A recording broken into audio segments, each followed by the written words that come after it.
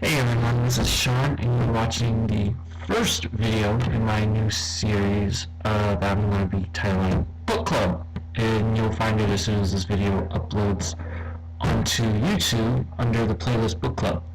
Now, this series is going to be about a number of books that have helped me to develop and further my craft, and a number of books I actually really would recommend for beginners as well as for veterans. So, to start off with this whole book club, I'm going to talk about this book called The Encyclopedia of Magical Ingredients, A Working Guide to Spellcasting. There's this book right here.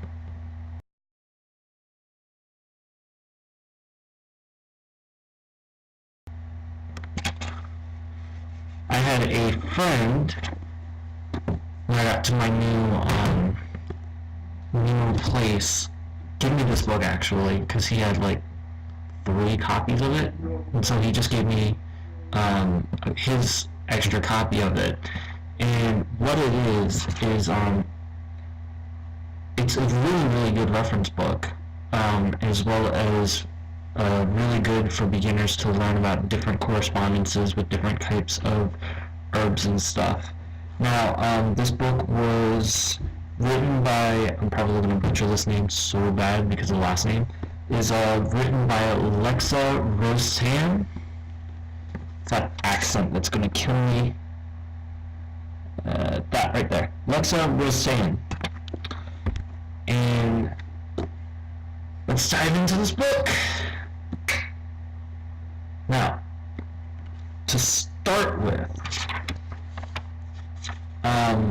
I really want to talk about this one thing that starts out the book with a warning that says, do not use any ingredient in this book if you are allergic to it, because some of these things that you can use in kitchen witchcraft, which is making magic when you make your own food, so that way you can have the positive effects of these different herbs and spices and everything into your body and bring them out to help promote your own personal health or different things. There's another thing that is in here. It's called the disclaimer. It's a little short blurb talking about the oldest occult shop, which is located in Philadelphia's South Street, and there's a sign above the door that says, all items sold as curios only.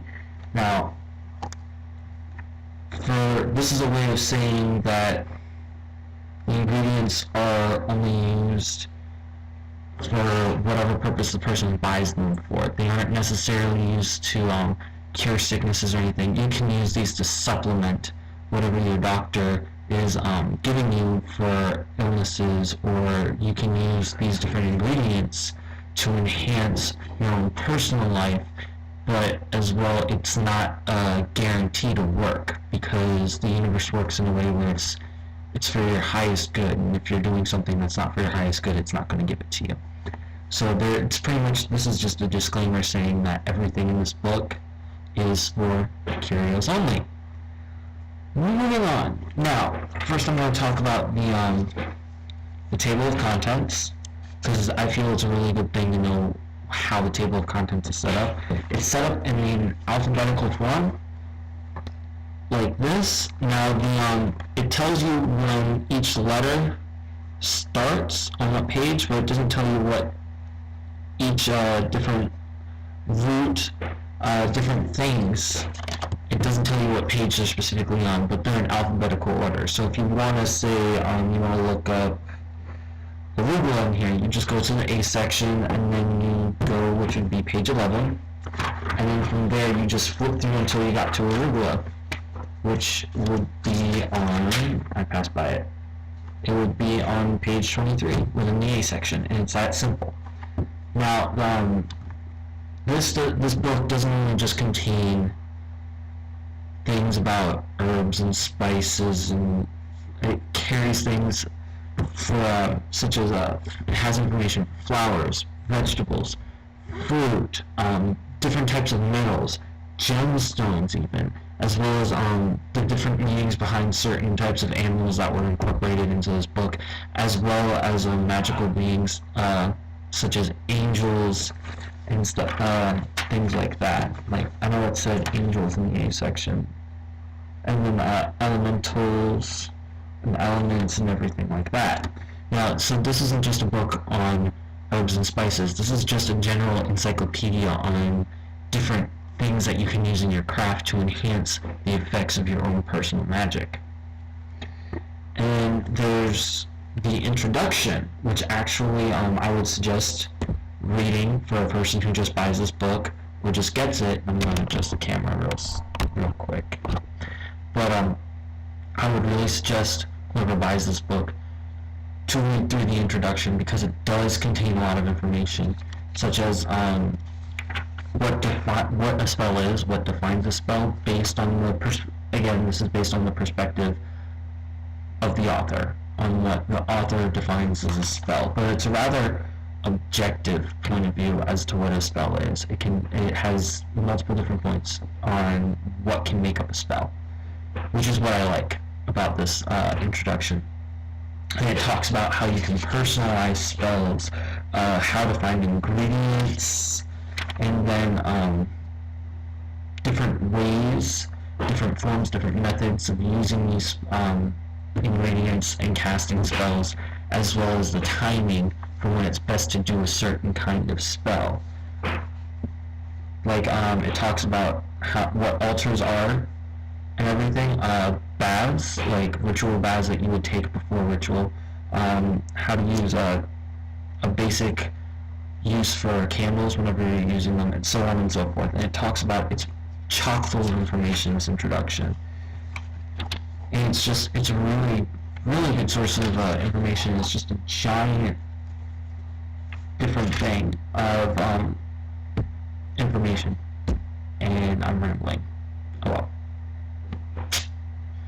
But yeah, and instead of an index, it has a section in the back that is called Magical Tables, where you can look up, okay, what is it that you want to do?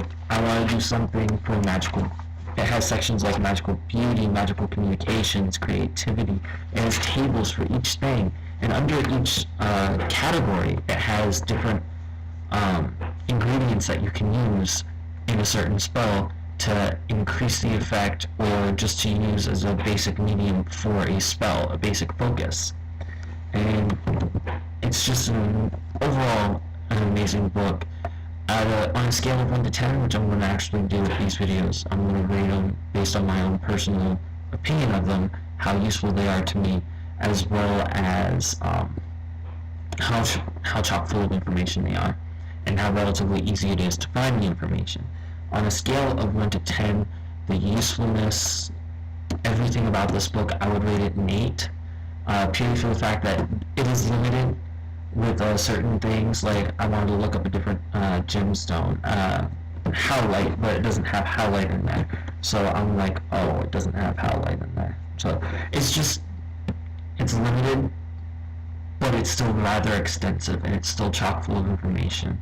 And it's just a really good book overall. And I would definitely recommend this book for beginners and even for veterans if they want something to use as a quick reference, if you wanted to add the information from this book into your own personal book of shadows for further reference, and then you can just be like, find this in this book on this page and stuff like that, if you really want to get into it.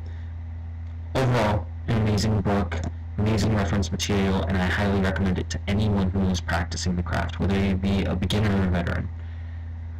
So that ends this video.